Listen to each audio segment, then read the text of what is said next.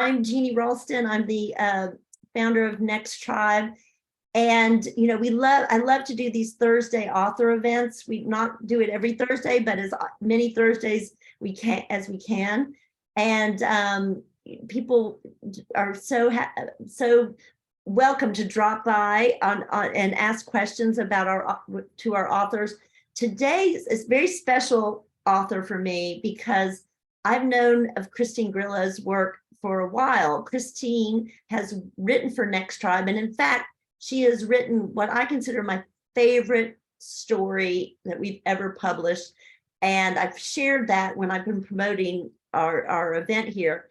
But it's a retirement fantasy, and it just has to be read to kind of appreciate all the ways it's constructed and the way the beautiful way her language and her thought process. But anyway, so Christine, thank you so much for coming. We're thrilled to have you here.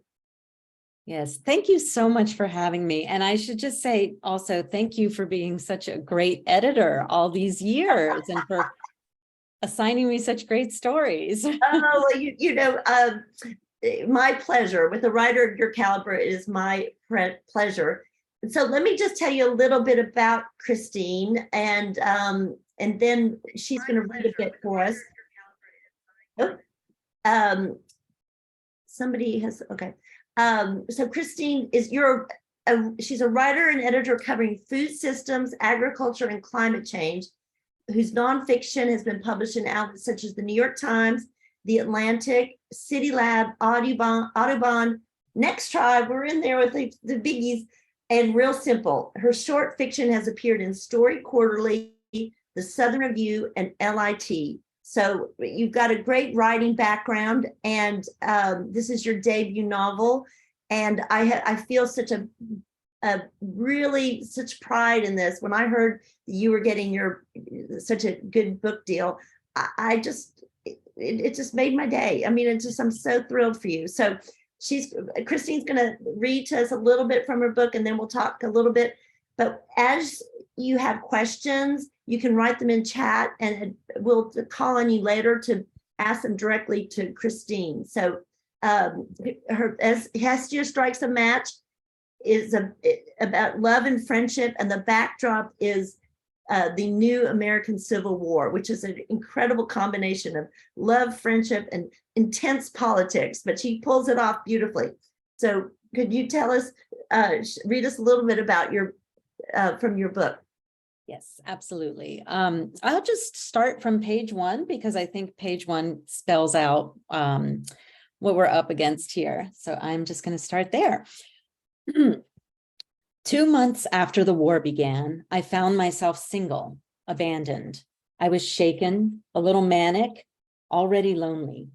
I dipped into the new to me online dating world, and before I could really figure out how the apps worked, I unwittingly flirted with guys from the other side. I even went on a date with one. The fact that his profile mentioned the word freedom so many times should have tipped me off, but he was nice looking.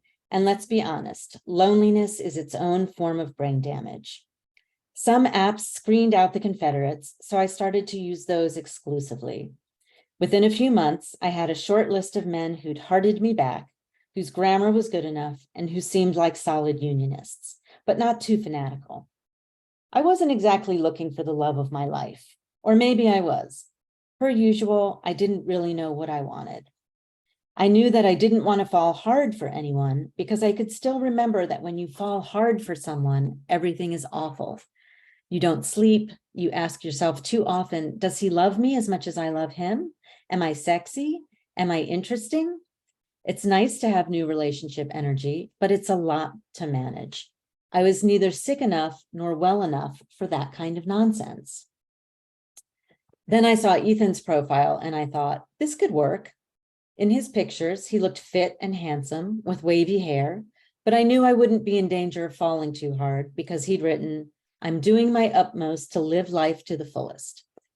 Live life to the fullest isn't the worst thing a person could write, and it's less grating than, say, work hard, play hard, which for some reason is something men brag about. It was utmost that reassured me. In my 30s, Upmost would have been a hard pass, but at 42, it was a point in his favor. Upmost nearly guaranteed that I wouldn't do myself the disservice of falling head over heels, as they say, which might be fine for people who are less clumsy than I am. The war had begun in earnest in February, or rather, that's when it began officially. The warfare had been quite earnest for years, but we were in the habit of giving it names like arsons or shootings. I'll just read one more paragraph. This wasn't like the first Civil War. There was no epic warfare, no impassioned my very dear wife letters home from the front, no battlefield soaked in sorrow. A dozen states had seceded, but there weren't official battles, army against army. When there was fighting, it was usually over resources like oil or natural gas, inconveniently located in Louisiana or Arkansas. The Confederate Army was armed to the teeth, composed of local police forces, ICE agents, border patrol, and private militia volunteers who were itching to use their guns. And I will just leave it right there.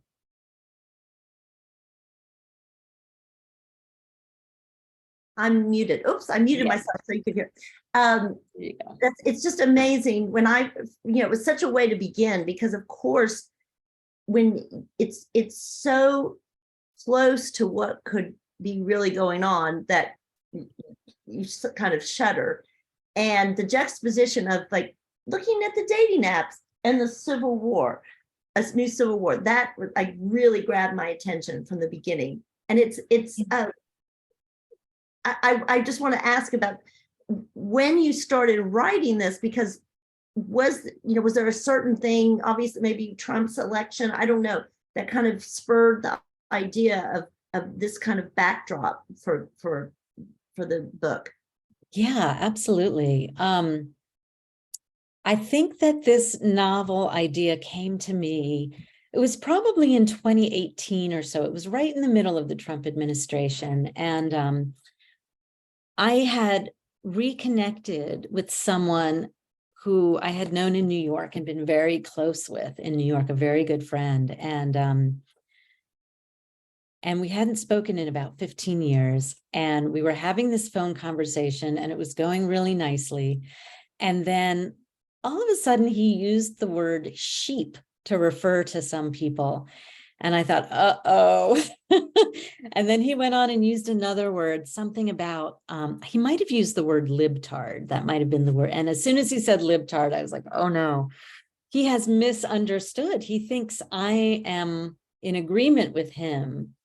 And we're just on completely opposite sides of ideology here. And so that really got me thinking, how could someone who was so simpatico, someone that I was so close to, how could this have happened? And I was thinking a lot about how hard it must be to make friendships and date and all of this stuff when you have this, it's hard enough already. And then when you have this big ideological divide, how do you manage that? So it made me kind of invent in my mind scenarios where, like, what would the dating apps be like? The dating apps are punishment enough. Can you imagine if you went on a date with a Confederate, Well, and that whole scenario that you just described does make it into your into the book, which is one of the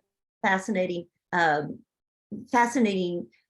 scenes where she meets this person and has something like that. So but I want to get more into the whole, how the ideas behind the book, but I also want, I think your story of how you got this book published is inspiring on its own. Before we even talk more about getting into the meat of the book, you got it published, debut novel at what age? You don't have to tell me your age, but I assume over 45, later in life, and not by just any publisher, but by one of the top publishers in the whole country, Farrar, Straus, Giroux.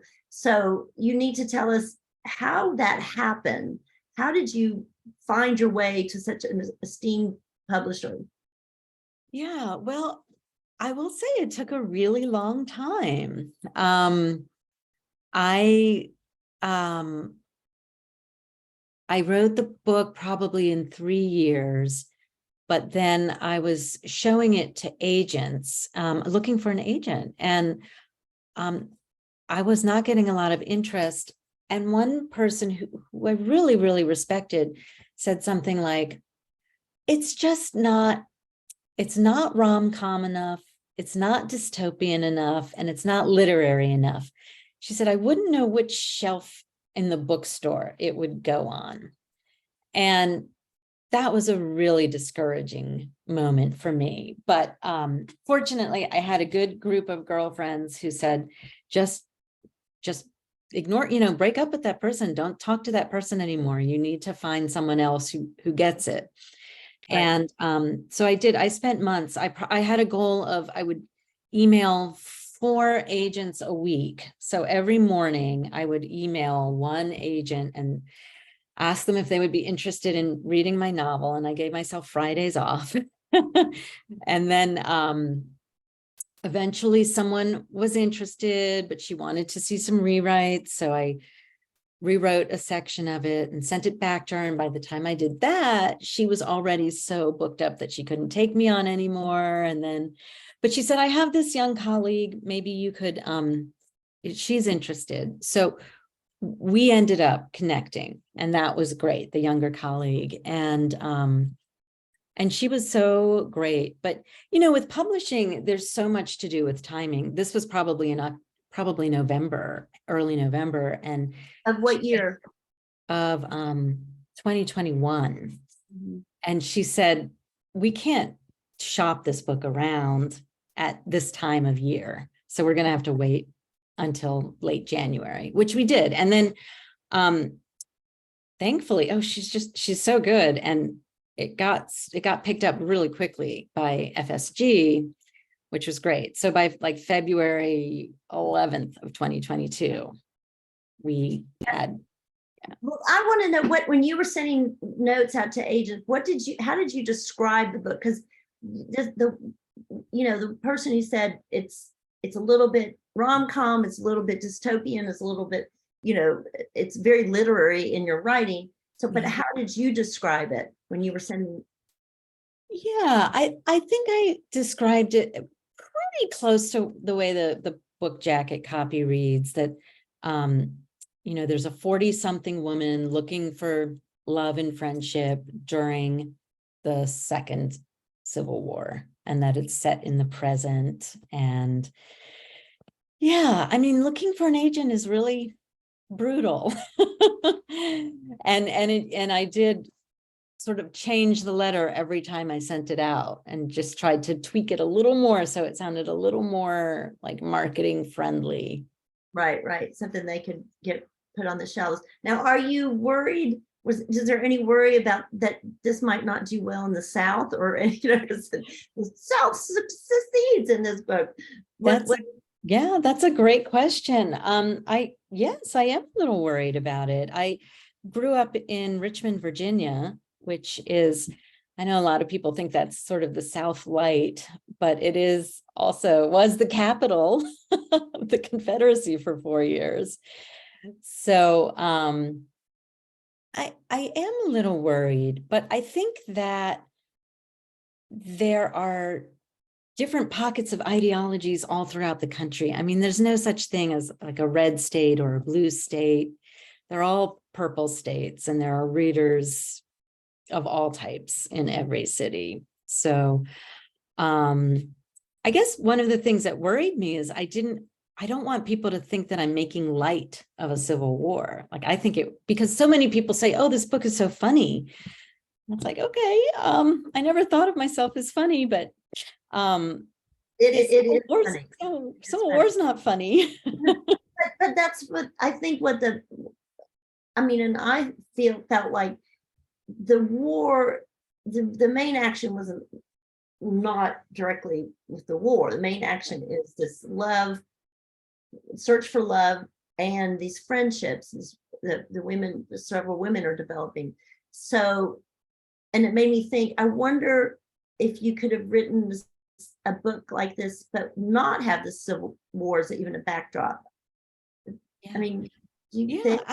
absolutely. I think that so this genre I think might be called speculative fiction is probably a good term for what this is. It's not quite dystopia, but it's speculative. It's an alternate reality. And I think sometimes that creating an alternate world helps me focus on what the real story is. Like, what's the real tension? What's the real drama between the characters?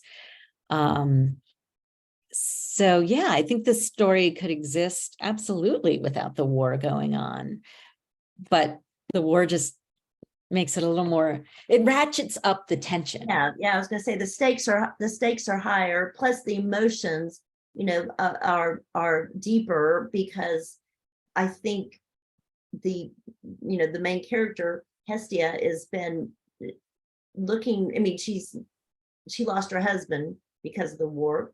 And so she's in need of somebody but is she like, I mean, people accuse her of being a pessimist, or how would she describe herself? Um, Somebody called her an optimist because she's on the dating apps. right. You have to be an optimist if you're on the dating apps. You have to believe in some kind of magic, which I know two of you on this call can attest to. So that's very nice. But I think she's just very, she would call herself a realist. Like she's a realist. But I think it's interesting that realists don't think of themselves as pessimists, and pessimists don't think of themselves as pessimists. Yeah. No one wants to admit to that. Well, how close do you think we are I mean, when I was reading this, I was like, this could happen any day. I mean, is that how you feel? Like this civil war could happen any day? Do you feel? Yeah. When I was writing it, I definitely felt that way. And when I was writing it in the middle of the Trump administration, I feel like it felt like there was some pundit or political scientist every couple of days saying, are we headed towards civil war? It was in all the headlines and news programs. And so I definitely felt that way while I was writing it. I don't feel quite as strongly now about that, although day to day, who knows? And as we enter the election cycle, election season. Yeah, who knows how we'll be. But would somebody who thinks of herself as a conservative person, would she still like this or the book, or I mean, get something out of it? I mean, I'm not saying Yeah. for Trump or not, but just a woman who considers herself more conservative. Is it, or do you have what do you So think? I think that the Civil War backdrop is not that intrusive. I think mostly it's a story about friendship. And it's sort of billed as a rom-com, but I think it's a story about looking for your people, looking for friends. And so I would think that any, whether you're liberal or conservative, wherever you come from, you can tap into those feelings of just being lonely and wanting to feel safe and secure and have people around that love you. Yeah, right. And it's interesting because there was just I'm going to do a story about this, but there was just a big research or study released about the loneliness epidemic in the US, and that came out as I was reading this. So I did think about that. It's like, how people make connections. And what is it that you really want to say about friendship and how we make friends? Yeah. Well, I don't think I'm giving anything away, but the major friendship in this novel is between Hestia, who's in her 40s, and her best friend, Mildred, is in her 80s. And there are a couple points where she feels embarrassed to tell people that her best friend is twice her age. But I think she gets over that. But, it's that friendship just comes in all like shapes and sizes, and all spans all generations. And this woman, Mildred, really showed a lot of interest in her, was very interested in her as a person, in her development, in her happiness. And I think that's what makes a great friend. Right, right. And also the thing that I think you might have written something for us about it, about multi-generational, how important that is. Yes. So I when I was, reading it, of course, I thought always was looking like, oh, okay, what do I know about Christine and what her interests are and how has this fueled her, Right. what she's written. But I think what what I see from your past articles is that that's an important thing, that we need to look at the generations, look to not just be limited in how we look at our friendships, but reach into different, age groups or whatever. Yeah, yeah. And one of the things in the novel that I had a lot of fun playing around with was that generational friction in the workplace, that I that like maybe older, more senior person who is used to a workplace where you go in and you start a meeting and you ask, how was your weekend? And how is your mom doing? How's your dog? And you look at baby pictures, and then a younger generation that is like, sort of rolling their eyes, like, let's hurry this up. Why do we have to talk about our dogs and our weekends? Can we just get to the meeting part of the meeting? And so I think probably a lot of us in the workplace are experiencing that. And that was really fun to write about. And tell us about your workplace, because you have a 9 to 5 job. You're not just a writer. You're not just a fiction writer. Right. So tell us about what job you have now. Sure. I work at an academic scientific research center at the Johns Hopkins School of Public Health, and we investigate food systems. So we'll do a lot of research into antibiotic resistance and how, factory farming contributes to that, and to environmental damage, and to climate change. And so most of the emphasis is on factory farming. But that part did not come through. You didn't really rely on that. No, At no, all. this book was kind of a relief for me from having to write about that. Yeah. So because that's what you write about now. Yeah. You're actually writing about farm systems and food, and so yeah, you didn't make a big fuss about it. Or maybe there was some mentioning of some food that was not easily accessible because of the war, but not necessarily. Yeah. No, I think the food in the novel is Hestia sort of pining for the foods that we can't get that easily anymore because of the war, because the trade routes have been disrupted and there have been sanctions and stuff. So like it's hard to get prosciutto and not that easy to get avocados. And so even the bourbon trade has been disrupted. Oh, interesting. So tell me, what parts of Hestia or of this story kind of reflect your own either experiences or personality? Did you, everybody asks that of novelists, I guess. And Yeah.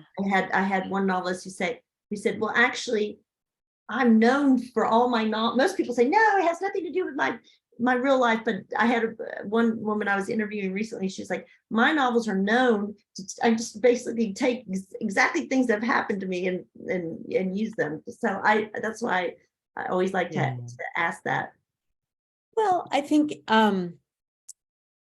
so, using dating apps and dating in your middle age, in your older years, is wild.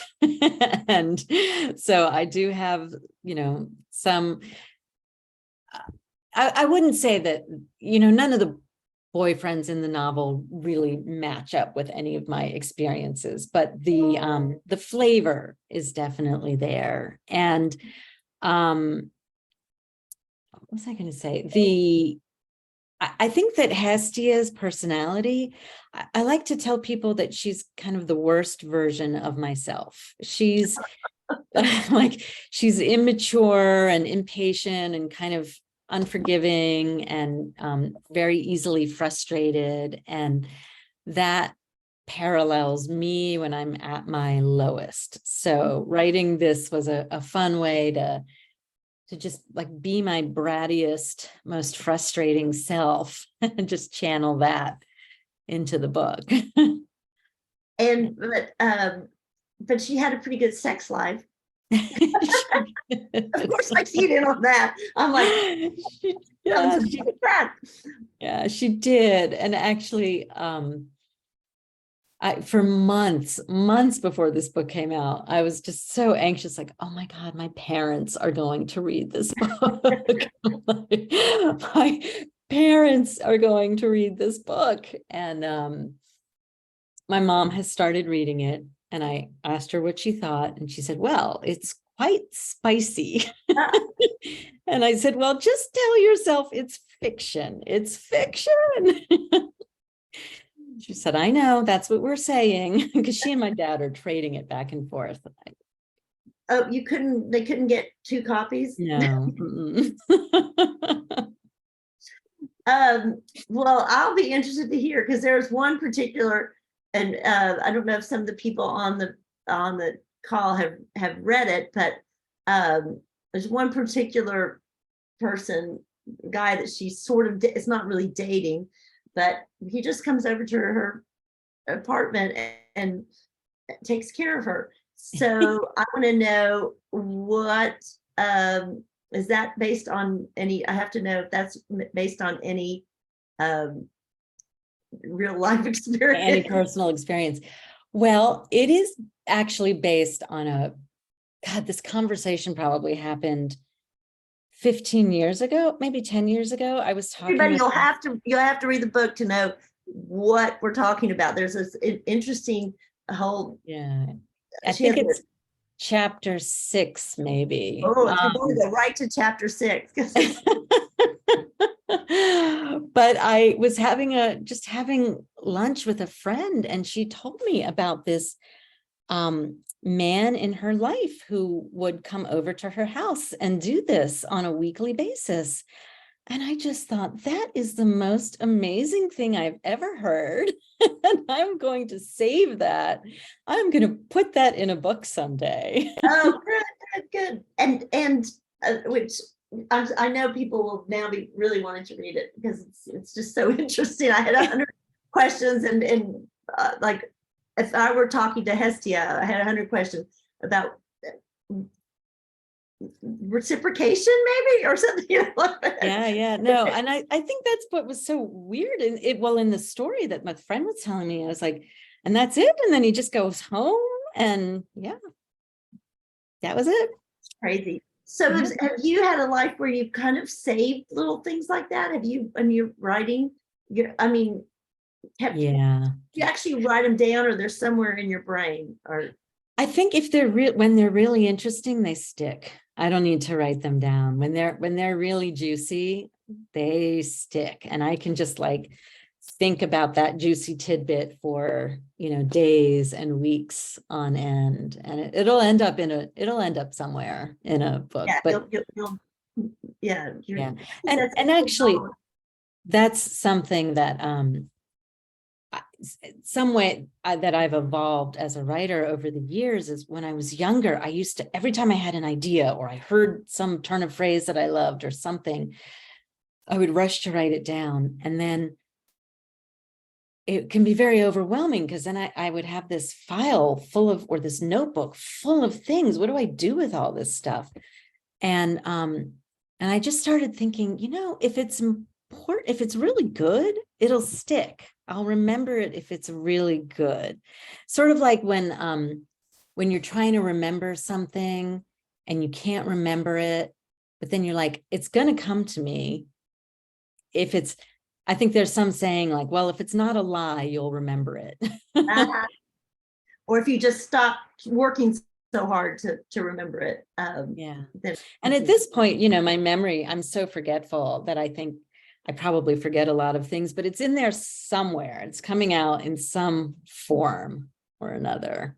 well, I wanted to just also introduce Jeannie Edmonds to the people here, because Jeannie is the Chief Operating Officer of NextTribe. And I am in a situation where I want to continue this, but I'm going to hand over to Jeannie Edmonds, because we were talking about dating apps.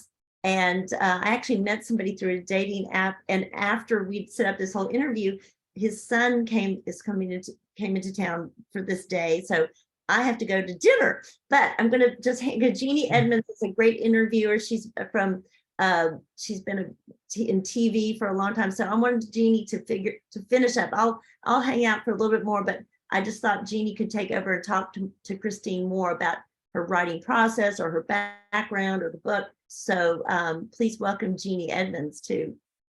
Thank you, Jeannie, and have a good time tonight.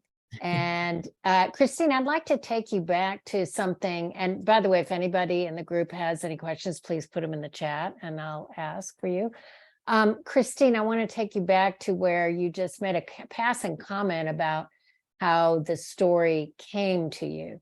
So, and I interviewed an author about a month ago who was very wonderful writer, who said she just doesn't believe in this whole muse thing.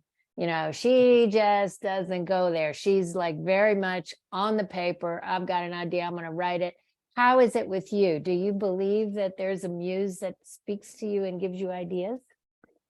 No, I don't think I really do believe in the muse. I think it's just, there is something to be said for just making yourself sit down and pushing yourself to do, even when you don't want to. And that's really hard. Writing is hard. It feels so great to be done. And it's so hard to start.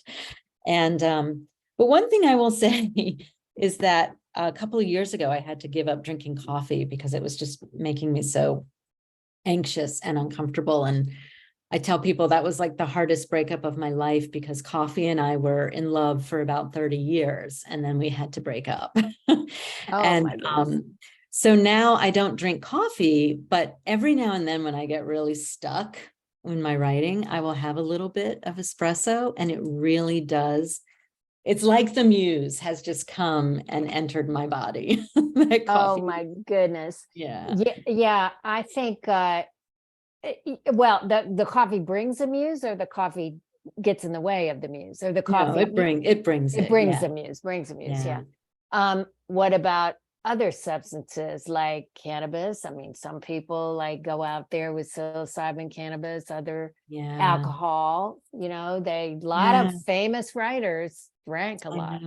I am very, very boring that way. I just, all of that stuff makes me want to do anything but write. I think a lot of writers feel that way. Like I have a friend, oh, she's wonderful. She's a science writer in her 70s. And she lives alone, and she has a beautiful house, and she has her own room to work in. And she still rents a studio that she has to go to. And she says, I rent the studio because when I'm at home, I would rather iron than write. I would rather do anything than sit down and write. Yeah. Well, you know, your experience has been mostly, I guess, at least from what I read about your background, it's nonfiction writing. So, but had you done fiction writing before? You just hadn't published a novel before. That's right. I've been writing fiction for 20 to 25 years. Wow. Doing stories. Yeah. And I have some kind of unfinished novels, like in the drawer. Like that's the saying, how many novels do you have in the drawer? And I have some. This was it took me a really long time.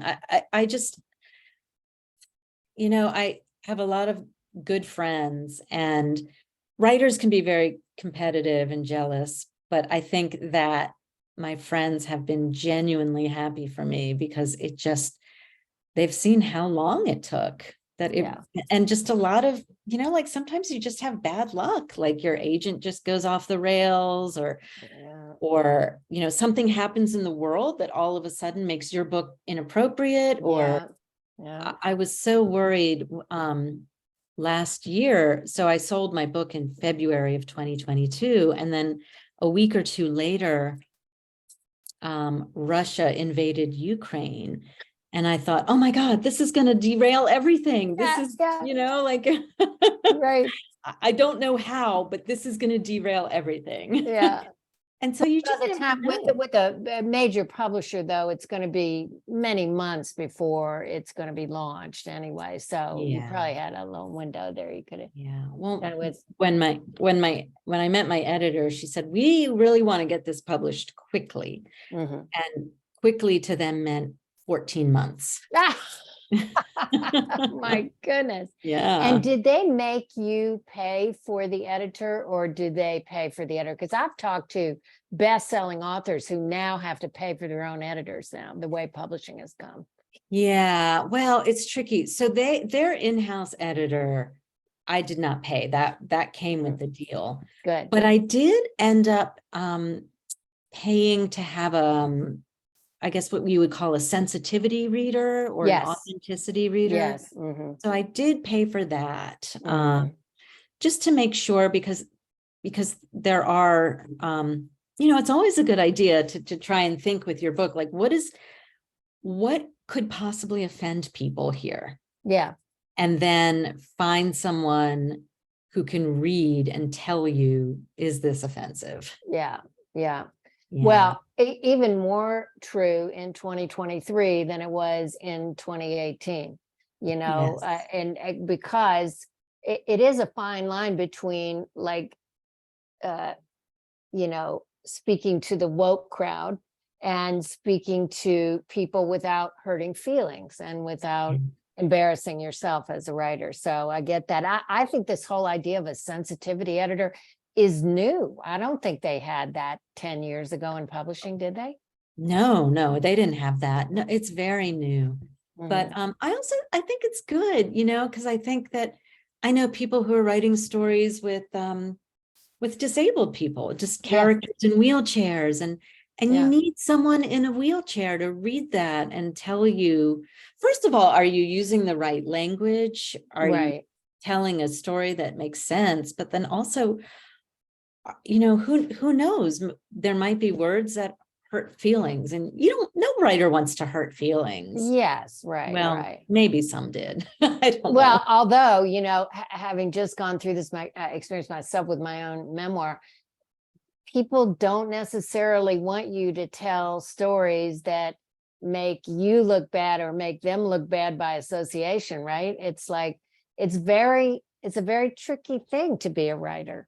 You know, and because people will think, oh, well, she's listening in on my conversation and she's mentally taking notes for her next book. Have you had that happen?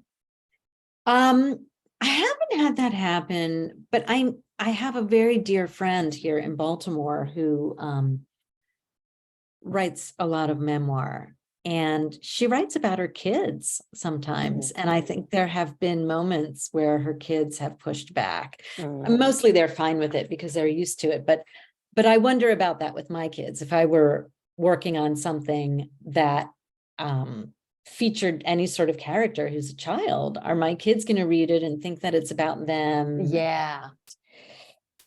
Yeah. Right. I mean, I would never want to do that to them. And in terms of still staying with the process for a second, so you did 4 letters a week to different agents. Did you ever go back and read the letter that actually got you an agent to see what it had that the other ones didn't? I did go back and look at it, and I didn't see, nothing really stood out to me. It's just the universe, timing, right? It's just weird, you know, like I tell people all the time, like, you know, when it comes to stories getting accepted or novels getting bought, sometimes it's just what that person who's reading it in the moment, what they had for breakfast this morning. It's the difference between, did they have oatmeal or did they have eggs? It's just that random, because it's just about their mood in the moment. And Yeah. I think a lot of writers can get to that point, skills and merit can get to that point, get you to that point where you're in the top 20 or 10%. But like, once you're there, it's kind of a lottery. And I tell people all the time that this book for me was my lottery. Yeah, but you won. I did this time. Yes. And from the description, and spoiler alerts all over the place, Jeannie, I wanted to throttle her because I thought, oh my gosh, people are going to like figure out what's going on in the book and they're not going to want to read it. But I'm really glad that maybe she teased them enough so that they'll be interested in reading it, because it does sound like a very entertaining, funny, poignant, sexy novel. That's very appropriate for women our age. I think women in our age group would really, really enjoy it. Yeah. It's the process of being a writer, though. It sounds like from the way she described it and the way it's described in the reviews and everything, this is a movie, easily a movie. Were you thinking in pictures when you were writing it? And do you think in pictures when you're writing? Yeah, that's a great question. I think the answer is that yes, I do think in pictures. And I wonder about that too, because I've been writing for 25 years or more. And sometimes I wonder, did I always write with pictures in my mind? But now when I write, I definitely think about the, how does this look if it's a Netflix series? Like, there you go.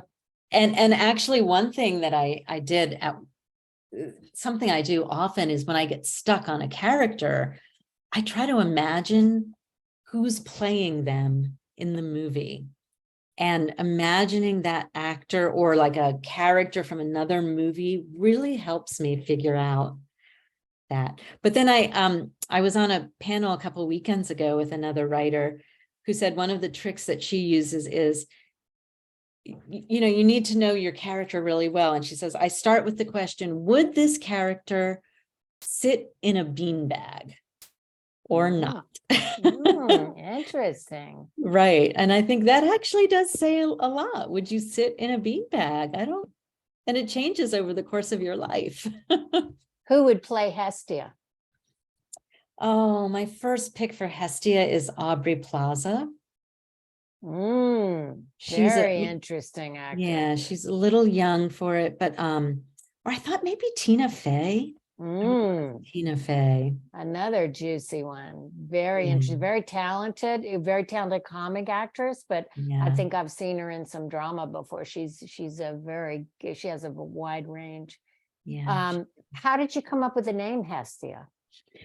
Well, in the book, so Hestia is an only child, and her parents are professors of classics at universities.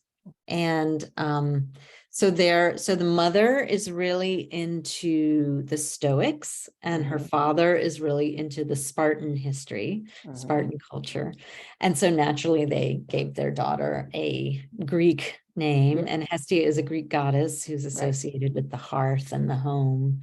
Right. And in this book, Hestia is trying to find her home, I think. How did she end up with those parents in your mind? Well, so that's a great question. So the parents in the book they actually leave the Union to go move into the Confederacy. And Hestia feels like she's being really abandoned because she's staying in the Union. And I made those parents because I wanted to show, conservative people who defied the stereotype that some of us have, conservatives who are very intelligent and very educated, but just irritated. They were very, like, one of the things that sort of irritated them into the Confederacy was that their universities were requiring them to do anti-racism training. And they were just really offended by that. And so just trying to play around with that nuance of, well, what are liberals like and what are conservatives like. And so I was trying to play against type with them. Yeah. That is very interesting because that is a social impact book. So it's not just a novel for entertainment. It sounds like you are moving the conversation forward or trying to move the conversation forward. Yeah. That's what you're doing. I'm trying. I kept reminding myself of compassion, that I really wanted compassion. And also that there is no single ideological type, right? We have stereotypes, but everyone comes to their politics from some different place that you just don't know about until you know them. Exactly. I live in a really small town in Texas right now, 3,000 people. Oh, I wow. I was born in Richmond, though. I'm from Virginia. Oh, are you? Yeah. Okay. And you know, and Virginia has its own thing. You know, they're living in the glory of the 18th century still, and they always will be. That'll never change. And in Texas, when you live in, and I have lived on the coast for years, decades actually, but when you come and live in a small town in Texas, you really begin to understand that, you know, the view that we have on the coasts of people there, we're all stereotyping each other. They're stereotyping us, we're stereotyping them, right? And so, and yet these are people who would come over here. They'd be the first people here with a garden hose if my house is on fire, or if I were in trouble. You know, we may not agree politically on anything, but we're still people. And I think that is the only way forward, honestly. If we can get a little political without being polarizing here, to me, the only way forward, and see if you agree with this, is women coming together at the grassroots level and changing things from below. It's not going to be top-down solution. It's going to be below, connections, friendships, and through art, actually. Right.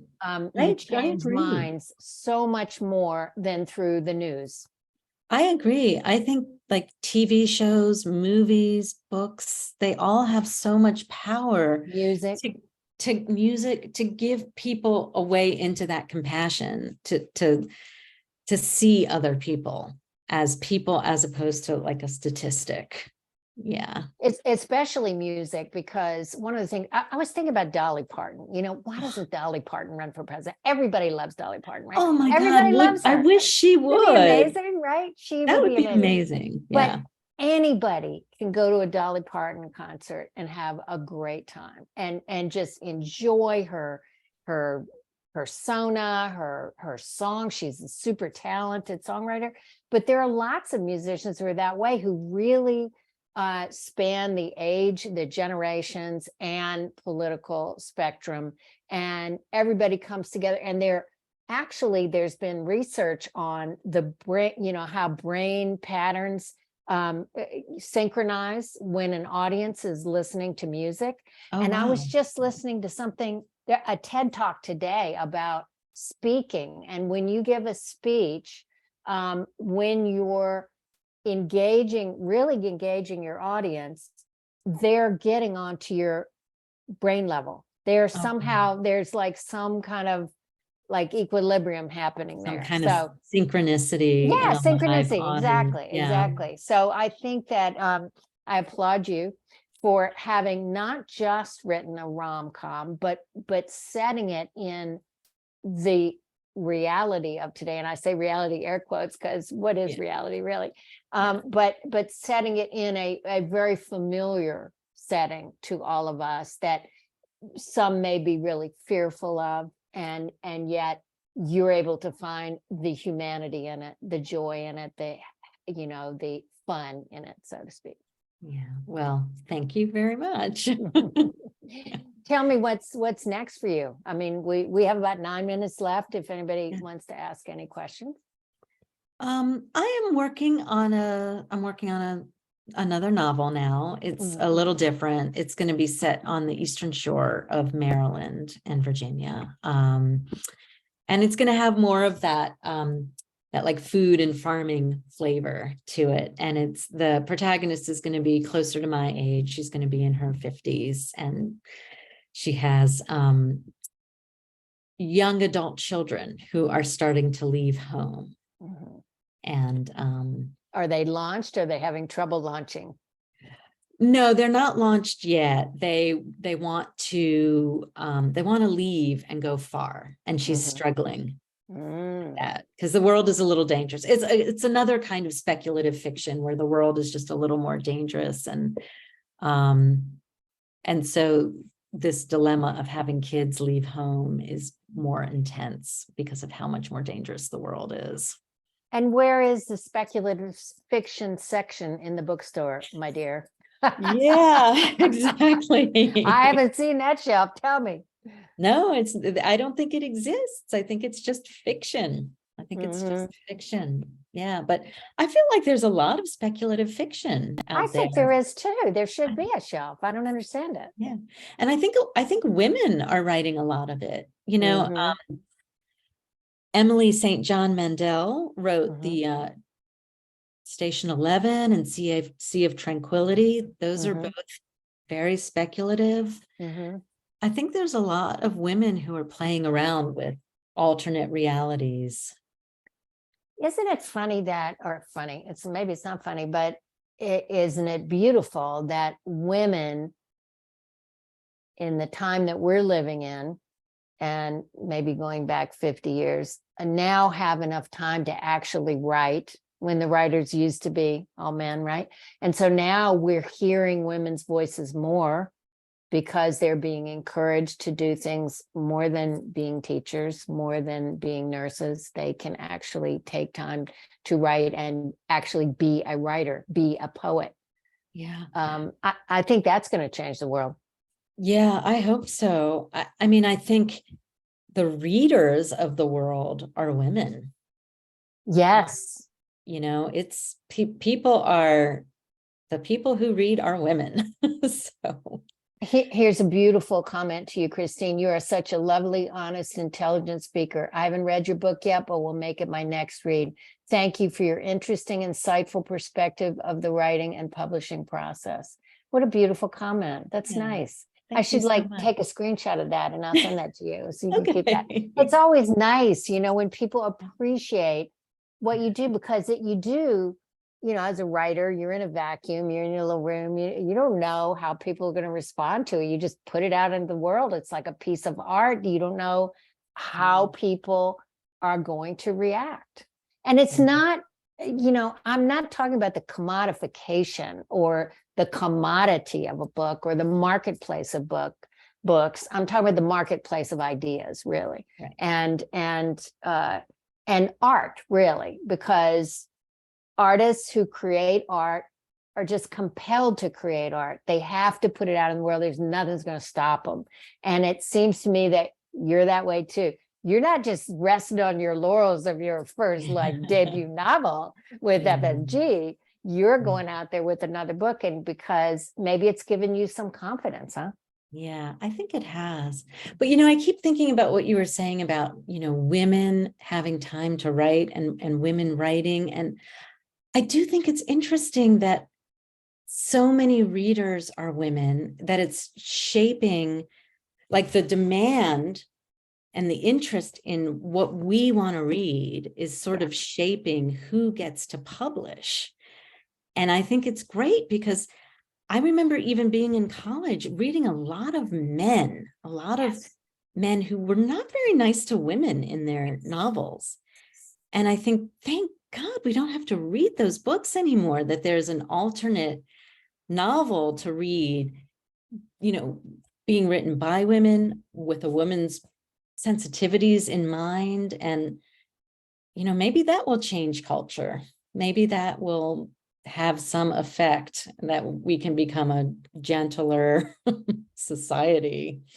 Let us hope. If I may, we're coming to the end here. If I may make one comment, either you have the Barbara Walters filter on, or it's really humid in Baltimore, because is kind of foggy looking at you. So next time you do an interview, just like wipe off your camera a little Yeah, bit. yeah.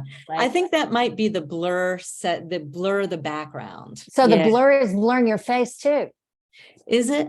Yeah. Yeah, maybe it is. Yeah. That might be the touch up my appearance filter. I like that. I like that touch over here. Okay, there you go. That's good. Takes about Nothing 10 wrong years with off. that. Yeah.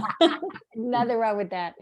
Yeah. It was so nice to meet you. Thank you so much for your time. I hope everybody will go out and buy your book, including me, which I get off. I'm going to go on Amazon, order it right now. Okay. Thank you so much. Thank you for your time, and have a wonderful, pleasant evening in Baltimore. I'm sure there'll be crabs in your next novel.